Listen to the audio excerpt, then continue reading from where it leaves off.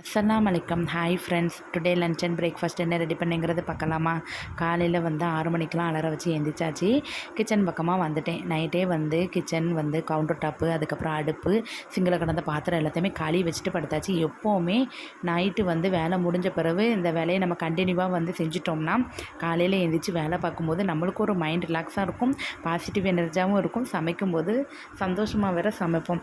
ஏன்னா சிங்கில் பாத்திரம் கிடந்து அடுப்பில் சிந்தி இருந்துச்சுன்னா கூட நம்மளுக்கு என்னமோ தெரில, அந்த டேயே ஒரு மாதிரி நெகட்டிவாக போன மாதிரி இருக்கும். என்னுடைய மைண்ட் செட் அப்படி தான். அதனால் நைட்டு எல்லாமே கழுவி நீட் பண்ணிட்டு தான் படுப்பேன். ஒரு பக்கம் அடுப்பில் அந்த உலையை போட்டுட்டு இன்னொரு பக்கம் சிறுபருப்பு சாம்பார் வச்சிடலாமன்ட்டு தான் ரெடி பண்ணிகிட்டு இருந்தேன். சிறுபருப்போட சுரைக்காய் நறுக்கி போட்டாச்சு. மஞ்சள் தூள், மிளகாய் தூள், உப்பு, சீரகத்தூள், சின்ன வெங்காயம் ஒரு 4 எண்ணத்தை நறுக்கி போட்டேன். தக்காளி பழம் ஒரு 2 வெள்ளைப்பூடு போட்டிருக்கேன்.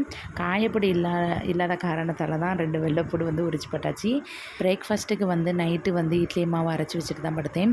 இட்லி மாவு சூப்பராக நல்லா பொங்கி இருந்துச்சு. மாவு பார்க்கும்போது நல்லா இட்லி வரும் அப்படின்னு சொல்லிட்டு தான் நல்லா மிக்ஸ் பண்ணி விட்டாச்சு. கொஞ்சம் கெட்டியாக இருந்துச்சு. உப்பு அப்புறம் கொஞ்சம் தண்ணி ஊற்றி நல்லா அடித்து விட்டு எடுத்துக்கிட்டேன். 2 அடுப்புலையும் வேலை இருக்கிறதுனால லாஸ்ட்டாக இட்லி ஊற்றிடலாம் அப்படின்னு சொல்லி ஒரு ஓரமாக முடி வச்சாச்சு. சிறுபருப்பு சுரைக்காய் போட்டது நல்லா வெந்துட்டு அதை குக்கரை மாற்றிட்டு அப்படியே இட்லிக்கு சாம்பார் ரெடி பண்ணிடலாம்னு ரசங்கடை பருப்பு இருந்துச்சு. அதை கழுவி குக்கரில் போட்டாச்சு. ஒரு பக்கம் இட்லி அப்படியே ஸ்டார்ட் பண்ணியாச்சு.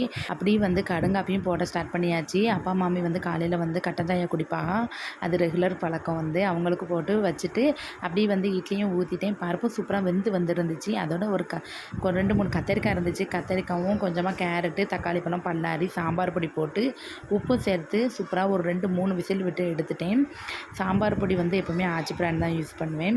அதில் சாம்பார் வைக்கும்போது நல்லா மனமாக இருக்குமா. பிள்ளைகள் இட்லி எப்போவுமே சாம்பார் வச்சு சாப்பிட்டுக்குருவாங்க.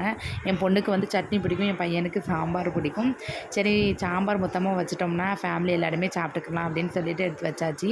இங்கே சூப்பராக சுரைக்காய் சாம்பார் ரெடியாகி 2 விசிலுக்கு தான் விட்டு எடுத்தேன். ரொம்ப விசில் விட்டுட்டோம்னா சிறுபருப்பு ஃபுல்லாக குழஞ்சிரும்.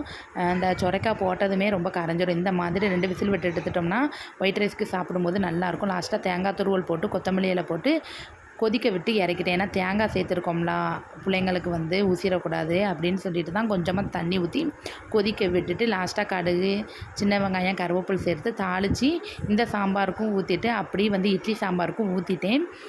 இன்றைக்கி நம்ம வீட்டில் இதுதான் லன்ச் அண்டு பிரேக்ஃபாஸ்ட். உங்கள் வீட்டில் என்ன லன்ச்சுன்னு மறக்காமல் கமெண்ட்ஸ் பண்ணுங்கள். என்னுடைய சேனல் பிடிச்சிருந்துச்சின்னா மறக்காமல் சப்ஸ்கிரைப் பண்ணி வச்சுக்கோங்க ஃப்ரெண்ட்ஸ். நான் இன்னொரு வீடியோவில் உங்களை சந்திக்கிறேன். ஓகே, பாய்.